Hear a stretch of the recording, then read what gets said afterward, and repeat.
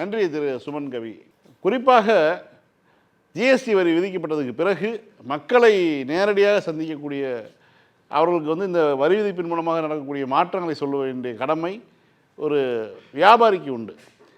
திமுகவினுடைய வர்த்தக அணியில் இருந்தாலும் அவர் அன்றாடம் வியாபாரி, அவர் சிறு வியாபாரிகளுக்கு பொருட்களை அளிப்பதாக இருக்கட்டும், நேரடியாக பொதுமக்கள்கிட்ட பொருட்களை விற்பனை செய்வதாக இருக்கட்டும், இவங்க எல்லாத்துக்குமே இந்த மாற்றங்களின் மூலமாக வரக்கூடிய எந்த மாதிரியான ஒரு கெடுபலன்கள் நடந்திருக்கின்றன அப்படிங்கிறத நேரடியாக அனுபவித்தவர் திரு விபி மணி அவர்கள். உங்களுடைய கருத்தின்படி இந்த ஸ்லாப் 1க்கும் இந்த 2க்குமான வேறுபாடு, ஸ்லாப் 1ல் நீங்கள் என்ன மாதிரியான கஷ்டங்களை அனுபவிச்சிங்க? நான் சென்னைக்கு 42 வருஷம் ஆச்சு. நான் சைக்கிள் விற்பனையாளராக இருந்திருக்கேன், ஒரு பெட்டிக்கடை வணிகராக இருந்திருக்கேன், மொத்த வியாபாரியாக இருந்திருக்கேன். ஆனால் இன்றைக்கி வணிகமே செய்ய முடியாத சூழ்நிலைக்கு தள்ளப்பட்டிருக்கேன்.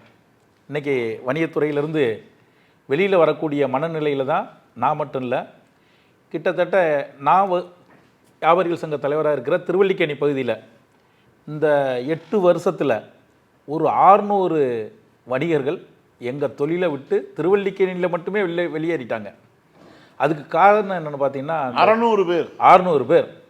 ஏன்னா எங்களுடைய 2000 உறுப்பினர்களில் இப்போ 1400 உறுப்பினர்கள் தான் எங்கள் கையில் இருக்கிறாங்க.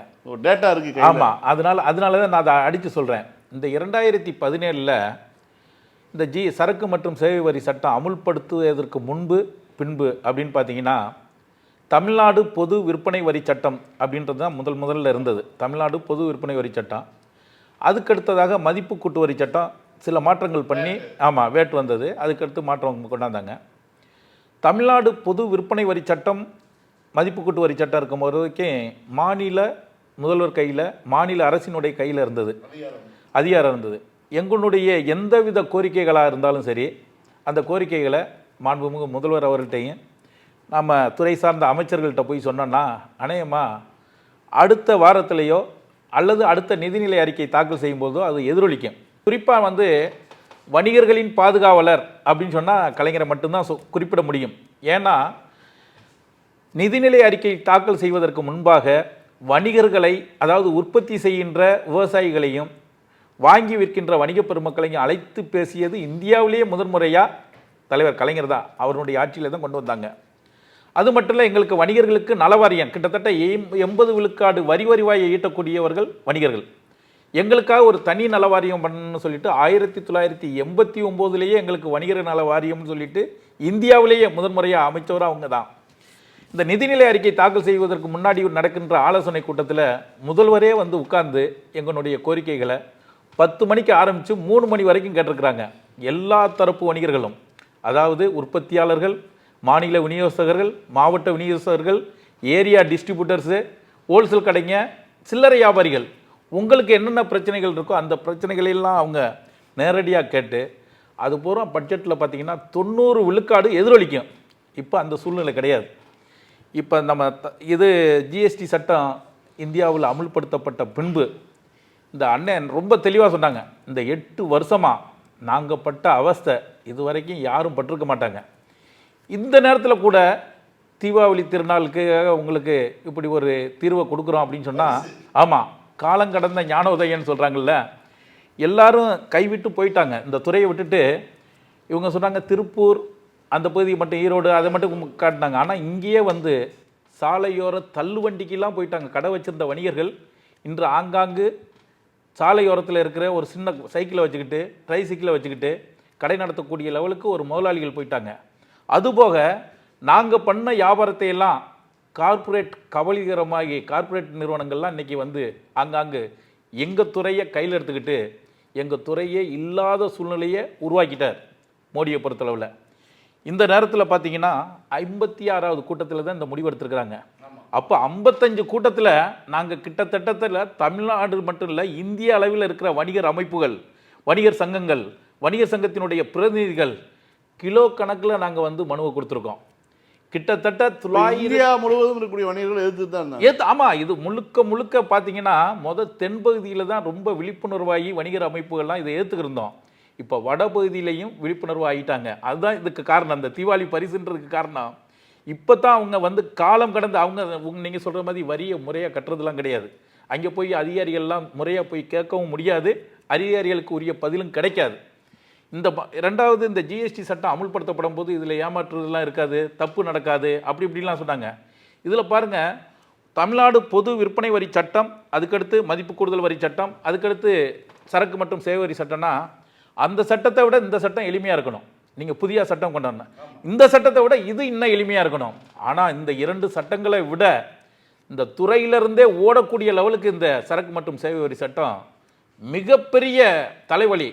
இன்னும் சொன்னப்போனால் இதை நடைமுறைப்படுத்துகிற அதிகாரிகளுக்கும் ஆடிட்டர்களுக்கும் கூட இது புரியலை. பல அதிகாரிகளுக்கு இதில் உள்ள அரசாணைகள், அதனுடைய சரத்துகள் தெளிவாக தெரியலை. உயர் அதிகாரிகள்கிட்ட கேட்டு தான் பண்ணுவாங்க.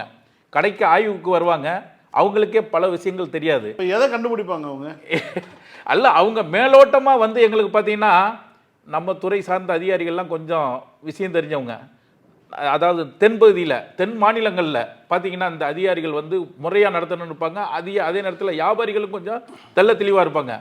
இதனால் எங்களுக்கும் வியாபாரிகளுக்கும் அரசு அதிகாரிகளுக்கும் அவ்வப்போது பிரச்சனைகள் எல்லாம் வாய்ப்பு இருக்குது.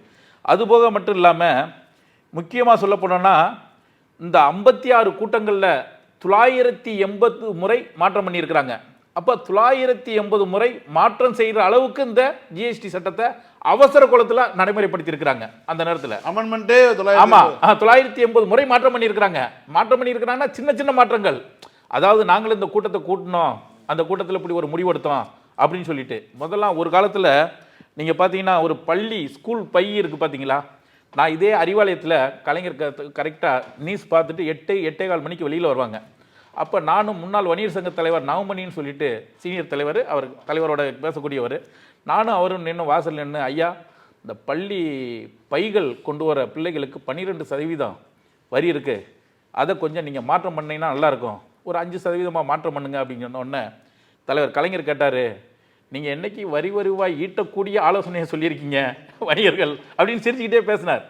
நாங்கள் ஒரு வெள்ளை பேப்பரில் தான், ஒரு A4 பேப்பரில் எழுதி கொடுத்துருந்தோம். நாங்கள் அதை வாங்கிட்டு அடுத்த நாள் காலையில் போய் சட்டமன்றத்தில் அறிவிக்கிறாங்க, ஐயா 0%ன்றாங்க வரி விலக்கு, முழு வரி விலக்கு, பள்ளி மாணவர்கள் பயன்படுத்தக்கூடிய பள்ளி பைகளுக்கு முழு வரி விலக்கு அப்படின்னு சொல்லிட்டு அறிவிக்கிறாங்க. நாங்கள் எதிர்பார்த்தது 5 விழுக்காடு, கிட்டத்தட்ட ஒரு 7 விழுக்காடை குறைச்சி கொடுத்தாங்கன்னா போதும் அப்படின்னு சொல்லிட்டு தான் நாங்கள் சொல்லியிருந்தோம்.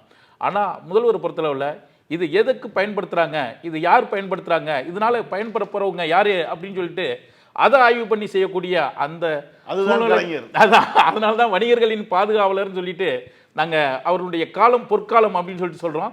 அதே காலம் இப்போ இருந்தால் கூட இவங்க எதுவுமே மாநில அரசு கையில் எதுவுமே கிடையாது. நாங்கள் போய் மனுவை கொடுக்கலாம் மொழிய அவங்க பரிந்துரைக்கக்கூடிய சூழ்நிலையில் தான் நம்ம அரசு இருக்குது. ஒவ்வொரு வாட்டியும் நாங்கள் ஜிஎஸ்டி கவுன்சிலில் கொண்டு போய் உங்களுடைய கோரிக்கைகளை கொடுக்குறோம். ஆனால் பெரும்பான்மையான நிர்வாகிகள், உறுப்பினர்கள் அவங்க தான் வடநாட்டை சேர்ந்தவங்க இருக்கிறாங்க, அவங்க தான் முடிவு பண்ணுறாங்க அப்படின்னு சொல்கிறாங்க. இப்போ ஒரே ஒரு சின்ன விஷயத்தை பாருங்கள், சார் சொன்னார் கரெக்டாக, நம்ம அரிசி அதிகமாக பயன்படுத்துறது தென்பகுதி மக்கள். 25 கிலோக்கு கீழே நீங்கள் அரிசி பேக்கிங் பண்ணி வச்சுருந்தீங்கன்னா அதுக்கு 5 விழுக்காடு வரி. அதாவது 26 கிலோவுக்கு மேலே 75 கிலோ சிப்பம் தான் முதல் வரும். இப்போ தான் 25 கிலோ சிப்பம் வந்திருக்கு. 26 கிலோவிலேருந்து 75 கிலோ வரைக்கும் இருந்தேன்னா வரி கிடையாதான். அப்போ 75 கிலோ வரி வாங்கக்கூடியவர் யார்? 75 கிலோவை பர்ச்சேஸ் பண்ணி ஒரு பொருள் வந்து ஒரு மாதத்துக்கு அந்த அரிசியை வாங்கி வைக்கக்கூடியவர் யாருன்னா கொஞ்சம் பணக்காரங்க, கையில் காசு இருக்கிறவங்க. ஆனால் அன்றாட காட்சிகள் தினசரி பணியாற்றக்கூடியவங்க, தினசரி கூலி வேலை பார்க்குறவங்க என்ன போவாங்க, 1 கிலோ 2 கிலோ அன்னைக்கு அவங்களுடைய வருமானத்தில், ஆனால் அவங்க வரி கட்டணும். எப்படி இந்த ஒரு திட்டமே இது தயார் பண்ணுறதே ஒட்டுமொத்தத்தில் பார்த்தீங்கன்னா ஏழை எளிய வணிகர்களை மட்டும் இல்லை, பொதுமக்களுக்குள்ளே அளிக்கக்கூடிய சட்டமாக அந்த சிஎஸ்டி சட்டம் அவசர கோலத்தில் அள்ளி தெளித்து ஒட்டுமொத்தமாக இந்தியாவினுடைய பொருளாதாரத்தை சீர்குலைக்கிறது மாதிரி அதை பொருள் ஈட்டக்கூடிய வணிகர்கள்லாம் இன்றைக்கி நிராயுத பாணிகள் ஆயிட்டாங்க. ஆனால் காலங்கடந்த ஞானோதயமாக இருந்தாலும் கூட இப்போ அண்ணன் தெளிவாக சொன்னாங்க.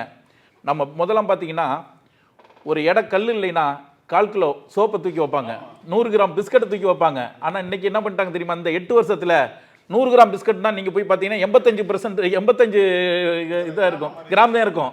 250 கிராம்னா 180 கிராம்னு இருக்கும். ஏன்னா இன்னைக்கு உற்பத்தியாளர்களும் அவங்க விலையை எவ்வளோதான் உயர்த்துவாங்க, இந்த சட்டத்தினால உயர்த்த முடியாதுன்றதுக்காக கிராம அளவை குறைச்சிட்டாங்க. இந்த மாதிரி சூழ்நிலைகள்லாம் பல்வேறு குளறுபடிகளினுடைய மத்தியில் தீபாவளி பரிசுன்னு சொல்லியிருக்கிறாரு. நிச்சயமாக இது தீபாவளி பரிசு கிடையாது. இந்த பட்டாசு வந்து ஒன்றும் இல்லாமல் வெடிக்காமல் போகும் பாருங்க, நமுத்து போகிற பட்டாசாக தான் இருக்கும் அப்படின்னு தான் நினைக்கிறேன். ஏன்னா உற்பத்தியாளர்கள் 100 ரூபாய்க்கு உள்ள பொருட்களை அதுக்கு 5% டாக்ஸ்னா 105 ப்ளஸ் எங்களுடைய லாபம் 108 ரூபாய்னு இருக்கிறதுக்கு பதிலாக அவங்க 100 ரூபாயை 95 ரூபாயிலிருந்து நீங்கள் எங்களுக்கு டாக்ஸ் கட்டினா தான் ரேட்டு உண்மையிலேயே பொதுமக்களுக்கு குறையும். அப்படி உள்ள பர்பஸ் வராமல் இருந்துச்சுன்னா இந்த திட்டம் ஒட்டுமொத்த இன்னும் ஏமாற்றக்கூடிய திட்டமாக தான் அமையன்றது தான் வணிகர்களுடைய கருத்து. ஒட்டுமொத்தத்தில் ஏழை எளிய நடுத்தர வணிகர்கள்லாம் இன்னைக்கு ரொம்ப ஒரு ஏன்டா இந்த தொழில் பண்ணோம், ஏன்டா இப்படி தொழில் பண்ணுறோம் அப்படின்ற சூழ்நிலையில் தான் நாங்கள் இருக்கோம். எங்களுடைய மனநிலை அப்படி தான் இருக்குது. இந்த நேரத்தில் இது மருந்து தடவுற மாதிரி இருந்தாலும் சரி, உண்மையான இது பொதுமக்களுக்கு போய் இந்த பலன் சேருமான்றது சந்தேகம்தான். அவருடைய கருத்தாக இருக்கு. நீங்க சொல்லுங்களேன், ஒரு விலையில் மாற்றம் வந்து பொதுமக்களுக்கு இதனால ஒரு நன்மைகள் ஏற்படுவதான சூழல் இல்லை, வர்றதுக்கு வாய்ப்புகள் கிடையாது. எங்களை பொறுத்தளவுலங்கன்னா 100 ரூபாய்க்கு வாங்கினோம்னா 2 ரூபா லாபம் வச்சு 102 ரூபா அல்லது 3 ரூபா இல்லை 5% லாபம் வச்சு 105 ரூபாய்னு விற்க போகிறோம். 95 ரூபாய்க்கு எங்களுக்கு மாநில விநியோகத்தவர் மாவட்ட விநியோகத்தவர் கொடுத்தாங்கன்னா நாங்கள் 100 ரூபாய்க்கு விற்க போகிறோம். அதனால் கொடுக்குறவங்களை பொறுத்து தான் எங்களுடைய லாப விகிதம் வரப்போகுது, பொதுமக்களுக்கு நுகர்வோருக்கு போய் சேரப்போகுது. அதனால் இந்த அரசு அந்த உற்பத்தியாளர்களை கண்காணித்தா மட்டும்தான் இது நிச்சயமாக வெற்றி பெறும். இல்லாட்டா தோல்வியை தருவோம். மீண்டும் மீண்டும் இந்த ஒன்றிய அரசுக்கு மேலும் மேலும் கெட்ட பேர் வரும்.